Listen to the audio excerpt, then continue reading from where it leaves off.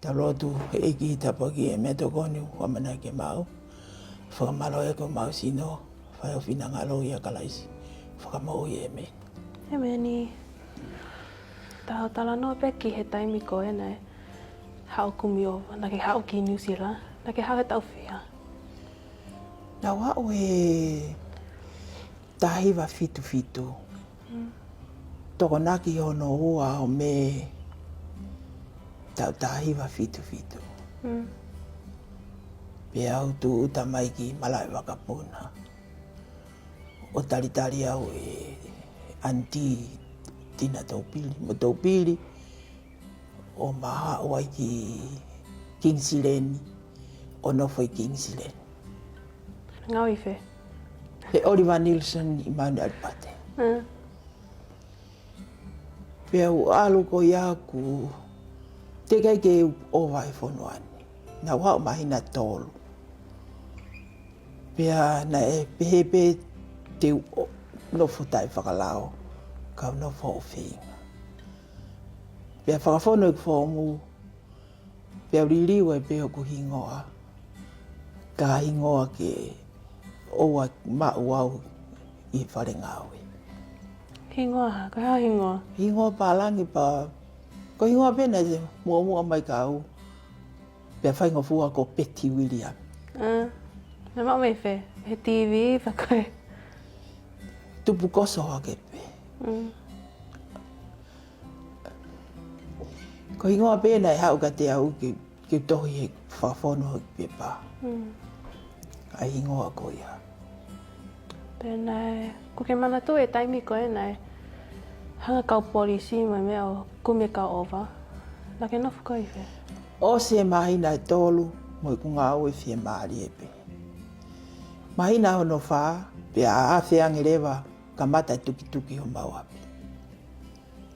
Ko hoku kumi i he ova. Pea na e hau, pongi pongi o tuki tuki mai. Toko ua he matapai mua, toko ua he matapai mui. Koko anti pena si tō matapa. Kau toi toi pe loto. Nai kumi mau tolu i ki Kingsileni na mau nofo ai. Pe ai e where te taha o mau hiki me ai. Me a tatau pe ai kumi. Nai whai anki ai. Pe a taimi lahi na e awe au. O fufu ki ngai kau ngā mea o iongo mātua. Ke alo e kumi. Pea toki foki mai au ki api. Nai tātu ki whare ngāwe?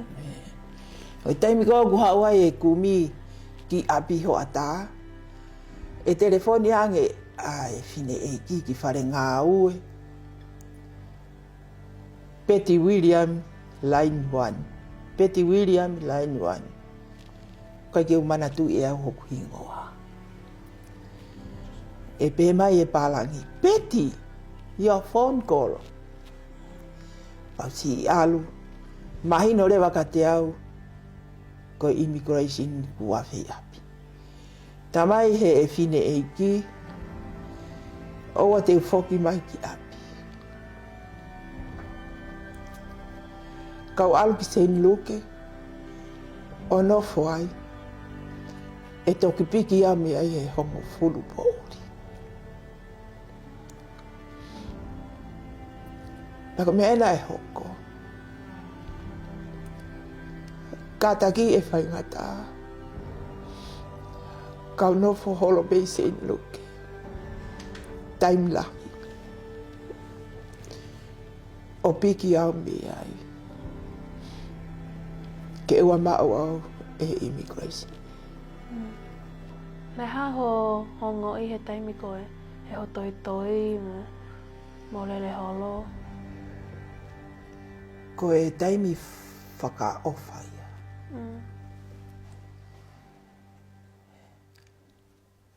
Nei kai ke ifo e te mohe. Pe kai ke ifo pe mo e kai. I he nofo iri fia ki hono kumi kita i he kohiri. Penai fanongo peo ku ia e whangakuli e kau polisi. Ka ne te kai ke awhi mai ha kuli ke kau hoku kumi. Ko e ongo whakamamahi.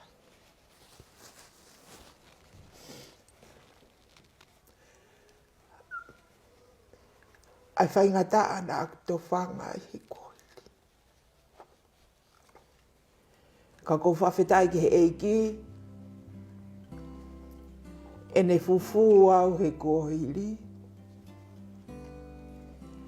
o mau e faingamalie i ngai au.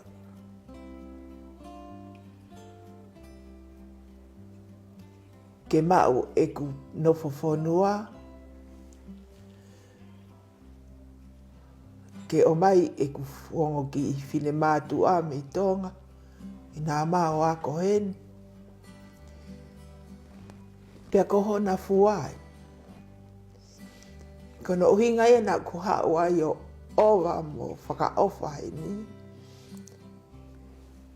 Ko ku ofa ke ku whanau. Mo tokoni ki hoki family masiva. I think this was really important because this shows the conversation that a grandchild has with their grandparent, and not many of us get to say that we can have those kind of conversations with our grandparents. So I'm really lucky that I get to still have my grandmother, around and live with us, and also share her story with me, so that now her story becomes my story. Her story now becomes my sibling's story. And when the time comes when we have our own kids and our own grandkids, her story also becomes theirs. Māloa pito nena ho talamai o Taimi Faingata'A koe. I think for her, the sacrifice that she talked about, she said it was the Lord that hid her. It was the Lord that hid her during that time.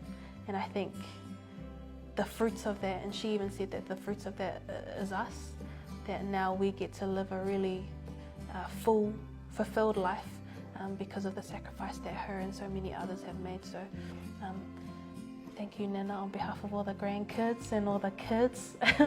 I know we give you headaches all the time. But yeah, mao ofa lahi atu ki ati koe.